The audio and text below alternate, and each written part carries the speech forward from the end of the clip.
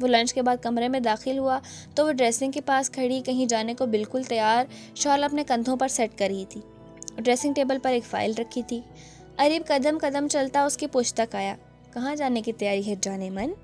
اریب کے سوال پر اس نے اچھمپے سے مڑ کر اس کی جانب دیکھا۔ اریب، مجھے اپنے چیک اپ کے لیے آپ کے ساتھ جانا ہے، بھول گئے آپ؟ ابھی رات ہی تو آپ نے کہا تھا کہ آپ مجھے لے کر جائیں گے۔ اوزگل کے کہنے پر اریب کے چہرے پر پریشانی کے سائے پھیل گئے۔ لیکن تم یہ چیک اپ کیوں کروانا چاہتی ہو اوزگل؟ ماشاءاللہ بالکل ٹھیک تو ہو۔ اریب نے اسے ٹالنا چاہا۔ اریب، یہ ریگولر چیک اپ نہیں ہے۔ وہ جھنجھلائی۔ میں چیک اپ کروانا چاہتی ہوں کہ مجھے حمل کیوں نہیں ٹھہرا؟ اوزگل نے سرخ چہرے کے ساتھ بمشکل مگر بول ہی دیا۔ اریب نے سرد سی سانس کھینچی۔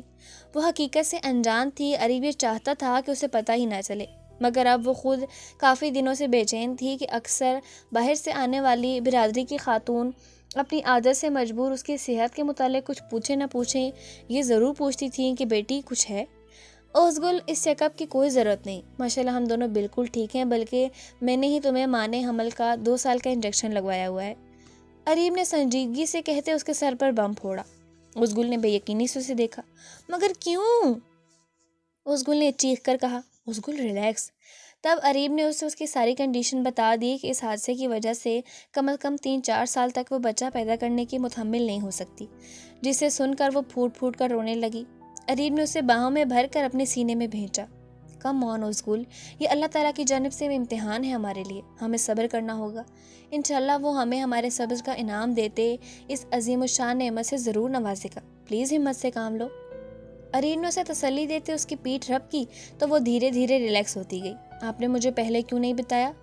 وہ سوں کیے گئی، تاکہ میری بیگم یہ اپنے قیمتی موتی ضائع نہ کر سکے جو اب کرنے میں مصروف ہے۔ اریب نے کہتے اس کی پلکوں سے وہ نمی اپنے لبوں سے چلی۔ ریلیکس سنی، ابھی تم اپنے بڑے بچے کو جھیل لو تو وہی بڑی بات ہے، اس کے بچے جب سنبھالو گی تو سنبھالو گی نا، ابھی تو مجھے برداشت کر لو، بڑی بات ہے۔ اریب نے کہتے اسے اپنی پناہوں میں چھپایا تو وہ بری طرح گھبرائی۔ اریب، وقت و جگہ تو دیکھ لیا کریں۔ وہ جھنجھلائی۔ جانے من، وقت بھی ہمارا ہے اور بیڈ روم بھی، کسی میں ہمت نہیں کہ وہ اریب کو چھیڑے، اسی لیے تم فی الحال اپنی فکر کرو۔ اریب نے وائنی خیزی سے کہتے اسے چھیڑتے ہوئے اپنی باہوں میں بھر کر دنیا بھلا دی۔ ویرا صبح سویرے اٹھ کر فریش ہو کر اب ناشتے کے ٹیبل پر انل کے ساتھ موجود تھی۔ ناشتے کے ٹیبل پر اس وقت مختلف لوازمات موجود تھے۔ اتنا عرصہ اس نے بی جان کی صحبت میں رہ کر بہت کچھ سیکھا تھا اور پھر یوٹیوب سے مختلف اشیاء کی ریسیپی دیکھ کر وہ بہت کچھ ٹرائی کرتی تھی۔ اب بھی ٹیبل پر pasta, boiled egg, bread rolls اور کافی کے کپ موجود تھے۔ خوشگوار اور بے حد حسین لمحات گزارتے انہوں نے ناشتہ کیا۔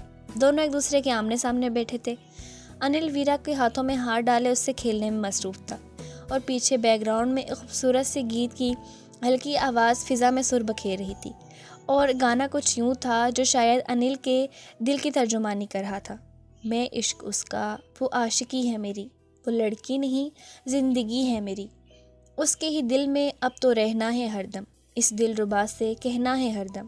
میں عشق اس کا، وہ عاشقی ہے میری، وہ لڑکی نہیں زندگی ہے میری۔ وہ ہر ایک بول پر اپنی نظروں سے ویرا کے چہرے کا ایک ایک نقش چھو رہا تھا۔ ویرا بہت مشکل سے اس کی نظروں کی تاب لاتی وہاں بیٹھی تھی جب اس کا دھیان بٹانے کو اسے مخاطب ہوئی۔ انل، کہیے مسز انل۔ وہ اسی کے انداز میں بولا تو وہ گڑبڑائی۔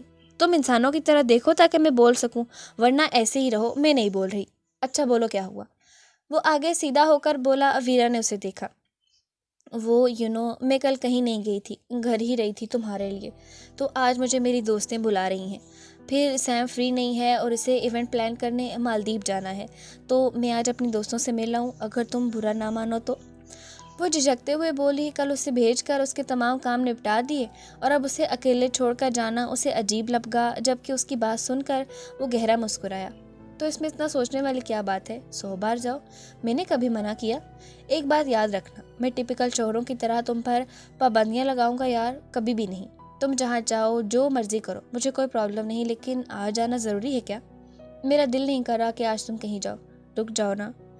وہ گردن ٹیڑھی کیے بے حد پیار اور نشیلے انداز میں گویا ہوا۔ ویرا کا دل کیا وقت وہیں تھم جائے، مگر وہ اب سب کو کہہ چکی تھی۔ میں ضرور رکتی جانا، مگر ان کو کہہ چکی ہوں تو کیا میں چلی جاؤں؟ باقی میرے سارے دن، ایک ایک لمحہ، ایک ایک سیکنڈ صرف تمہارا، ویرا تمہاری اور ویرا کا سارا وقت تمہارا۔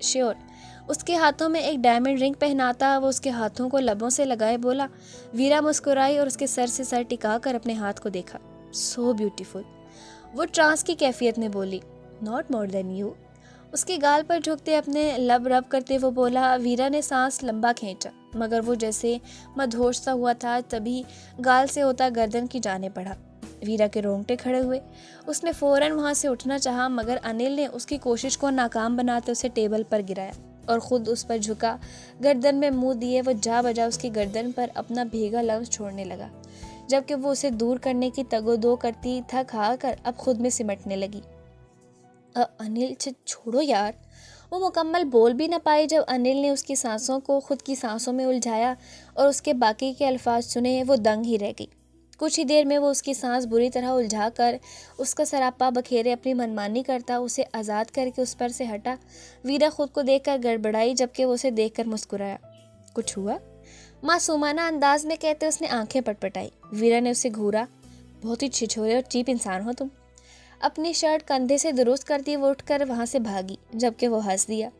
کچھ ہی دیر میں وہ تیار ہو کر انل کے سنگ اپنی دوستوں کے بتائے گئے کیفے میں پہنچی تو انل اس کی جانب متوجہ ہوا۔ جب فری ہو جاؤ مجھے کال کر دینا، میں خود آؤں گا تمہیں لینے، اکیلی مت آنا۔ جانے کیوں آج انل کا دل ہی نہیں کر رہا تھا وہ کہیں جائے یا اس کی نظروں سے تھوڑا بھی اوجھل ہو۔ کم آن انل، آج کیا ہو گیا ہے تمہیں؟ اچھا ٹھیک ہے میں کال کر دوں گی ورنہ میں سیم کے ساتھ واپس آ جاؤں گی، پریشان مت ہونا۔ انل نے ہاں میں سر ہلایا اور اس کے ماتھے پر لب رکھے۔ وہ پیچھے ہوا۔ ویرا مسکرا کر اسے بائے کہتی وہاں کیفے کے اندر چلی گئی۔ سب اندر اس کا انتظار کر رہی تھیں۔ ویرا نے ان کے ساتھ بہت ہی اچھا وقت گزارا، تبھی ان کے سنگ ہنستی کھیلتی وہ اب واپسی کی راہ لینے لگی۔ وہ لوگ پارکنگ تک آئی۔ یہ نیو یارک کا گنجانگ آباد سا علاقہ تھا۔ ویرا نے فون نکال کر انل کو کال کرنا چاہیے مگر فون سرے سے پاور آف تھا، مطلب اس کی چارجنگ نہیں تھی۔